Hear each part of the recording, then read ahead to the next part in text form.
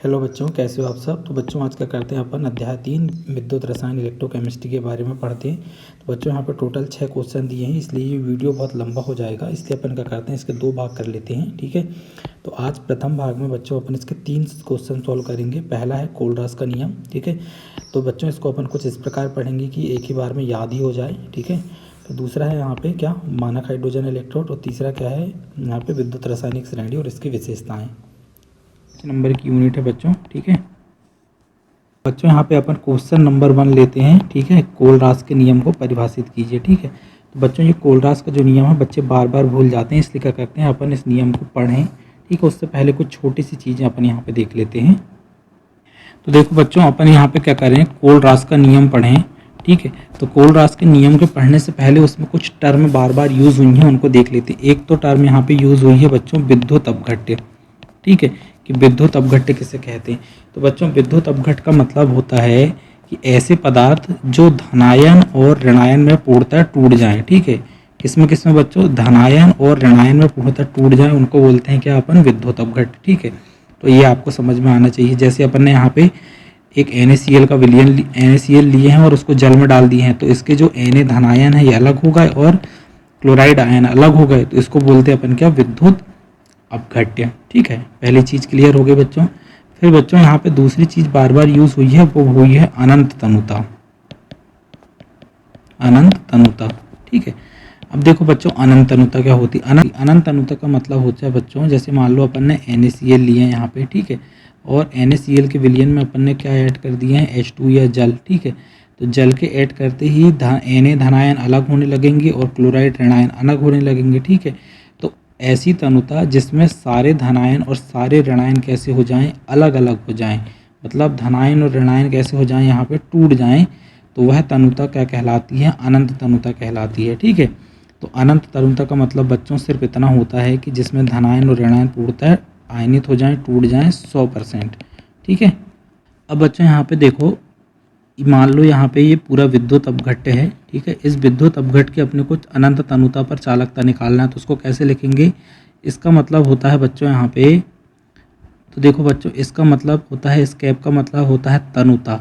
यदि हम इस तनुता के ऊपर इस प्रकार का निशान लगा दें अनंत, तो ये हो जाएगा क्या बच्चों अनंत तनुता। और यहाँ पे यदि M लगा दे तो बच्चों ये हो जाएगा अनंत तनुता पर मूलर चालकता। इसका मतलब क्या हो जाएगा, अनंत तनुता पर मूलर चालकता। ठीक है, अब मान लो कोई विद्युत अपघट्य है। ठीक है, कोई विद्युत अपघट्य है, उसकी अनंत तनुता पर मूलर चालकता निकालना है, तो कैसे जैसे बच्चों यहाँ पे एक एग्जाम्पल लें, तो अनंत तनुता पर यहाँ पे NaCl की चालकता निकालना है। ठीक है, किसी विद्युत अपघट्य की मूलर चालकता ज्ञात करना है, तो NaCl की चालकता ज्ञात करना है। अब मान लो बच्चों यहाँ पे अनंत तनुता पर NaCl की चालकता ज्ञात करना है, तो कैसे करेंगे, क्योंकि अनंत तनुता पर तो यहाँ पे धनायन और ऋणायन अलग अलग हो गए, तो हम क्या करेंगे बच्चों यहाँ पे अनंत तनुता पर Na की चालकता और अनंत तनुता पर Cl की चालकता दोनों का मान ज्ञात करेंगे और फिर दोनों को आपस में जोड़ देंगे, तो ये बन जाएगी अनंत तनुता पर NaCl की चालकता। ऐसे ही निकालेंगे अपन, है ना, अनंत तनुता पर इसकी चालकता और इसकी चालकता दोनों का योग।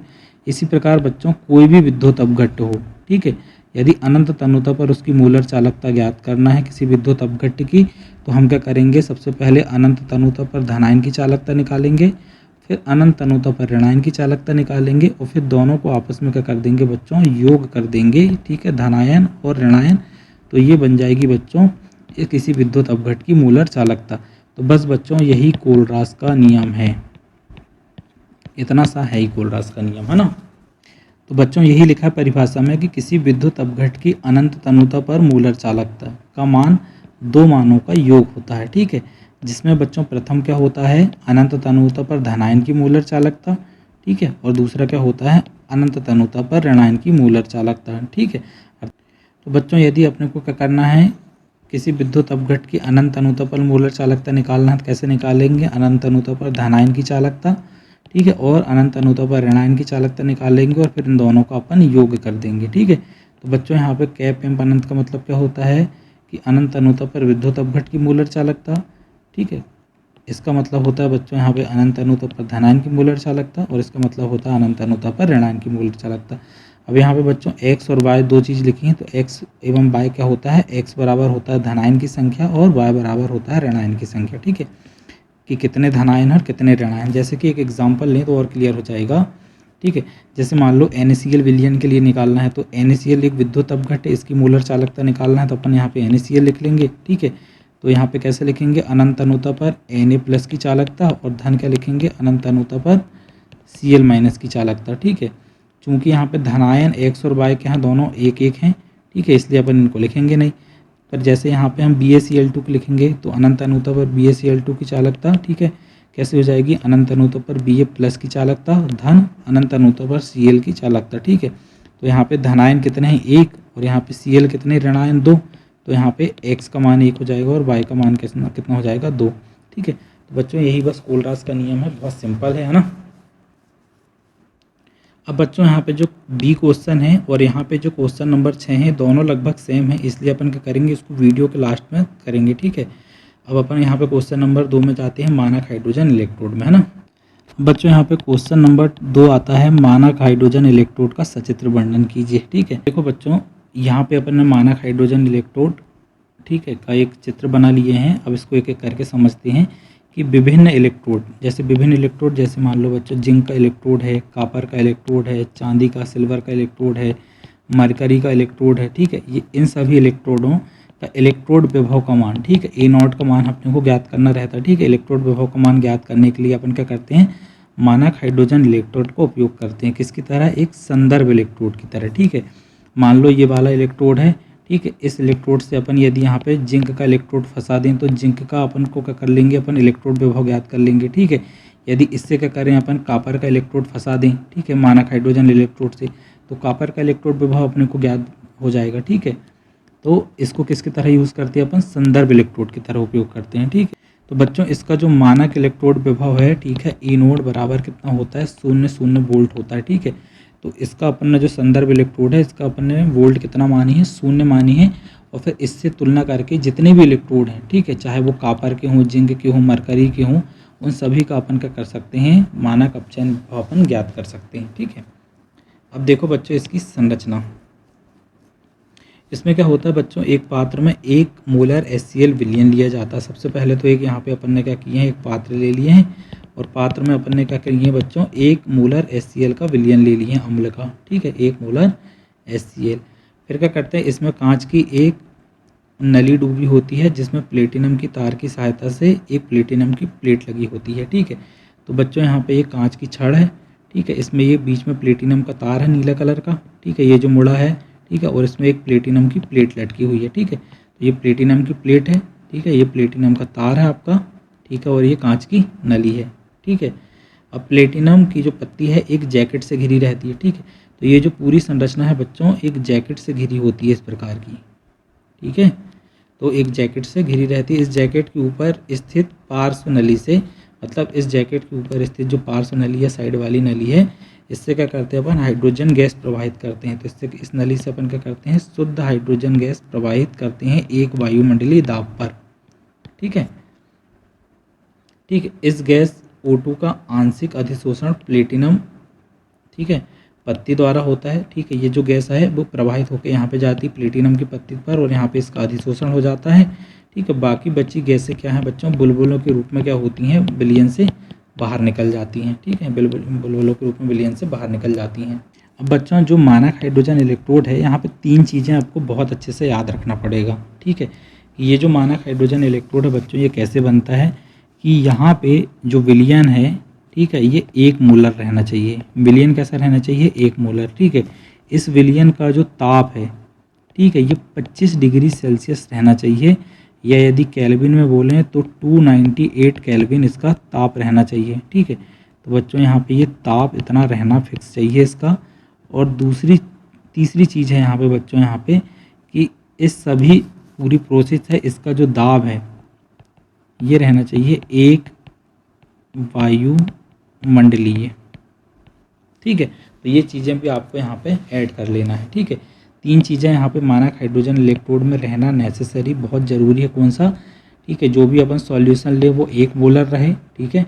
पूरी प्रोसेस के दौरान इस तंत्र का जो ताप है वो 25 डिग्री सेल्सियस या 298 केल्विन ताप यहाँ पे स्थिर रहे, और दाब कितना रहे 1 वायुमंडलीय, ठीक है, तब ये क्या बन जाता है, मानक हाइड्रोजन इलेक्ट्रोड बन जाता है। अधिशोषित मतलब जो यहाँ पे इस प्लेट में जो H2 का अधिशोषण हुआ है, ठीक है, अधिशोषित H2 और जो विलयन भरा हुआ है इसके बीच में क्या हो जाता है बच्चों, साम्य स्थित हो जाता है।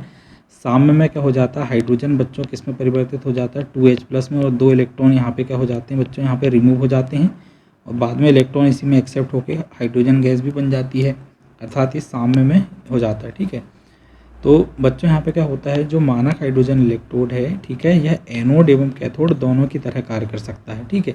जैसा कि मैंने यहाँ पे बताया बच्चों, यदि ये जिंक के साथ जुड़ जाए, ठीक है, तो जिंक एनोड की तरह कार्य करेगा, तो ये जो मानक हाइड्रोजन इलेक्ट्रोड ये कैथोड की तरह कार्य करने लगेगा, ठीक है। यदि इसको अपन कापर के साथ जोड़ दें तो कापर यहाँ पे कैथोड की तरह कार्य करेगा, तो जो मानक हाइड्रोजन इलेक्ट्रोड है ये एनोड की तरह कार्य करने लगेगा, ठीक है। तो यही यहाँ पे लिखा हुआ है। जब बच्चों यहाँ पे मानक हाइड्रोजन इलेक्ट्रोड एनोड की तरह कार्य करेगा तो ये एनोड में क्या होता है, ऑक्सीकरण। ऑक्सीकरण का मतलब होता है इलेक्ट्रॉन त्यागना, इलेक्ट्रॉन त्यागना। तो ये क्या करेगा, हाइड्रोजन इलेक्ट्रॉन त्याग देगा और किस में परिवर्तित हो जाएगा, 2H+ में, और 2 इलेक्ट्रॉन यहाँ पे त्याग देगा। यदि बच्चों जो C है या जो मानक हाइड्रोजन इलेक्ट्रोड है, यदि यह कैथोड की तरह काम करे तो यहाँ पे अपचयन होगा, ठीक है। अपचयन का मतलब होता है इलेक्ट्रॉन प्राप्त करना, ठीक है, अर्थात यहाँ पे जो 2H+ आयन है ये इलेक्ट्रॉन प्राप्त कर लेंगे और किस में बदल जाएंगे, H2 में, ठीक है। तो इस तरह बच्चों ये दोनों की तरह यहाँ पे वर्क कर सकता है।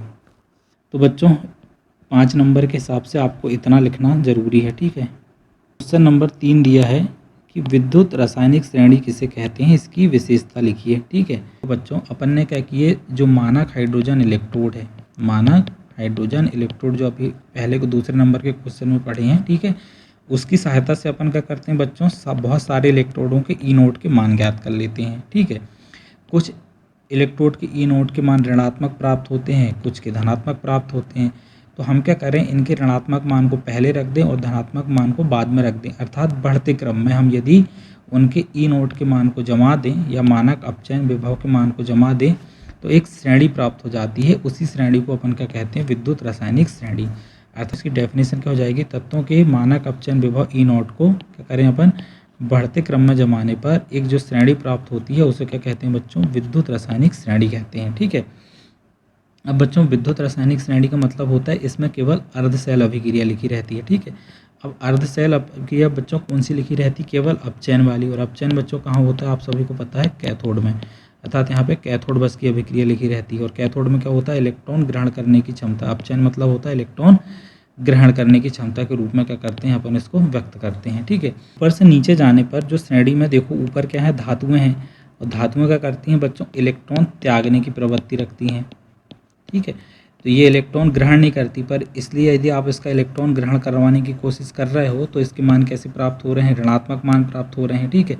लेकिन यहाँ पे जितनी भी अधातुएं हैं, ठीक है, ये क्या करती हैं, इलेक्ट्रॉन ग्रहण करती हैं, ठीक है। तो इलेक्ट्रॉन जब सरलता से ग्रहण करती हैं तो इसके ई नोड के मान कैसे प्राप्त हो रहे हैं आपको, धनात्मक, ठीक है।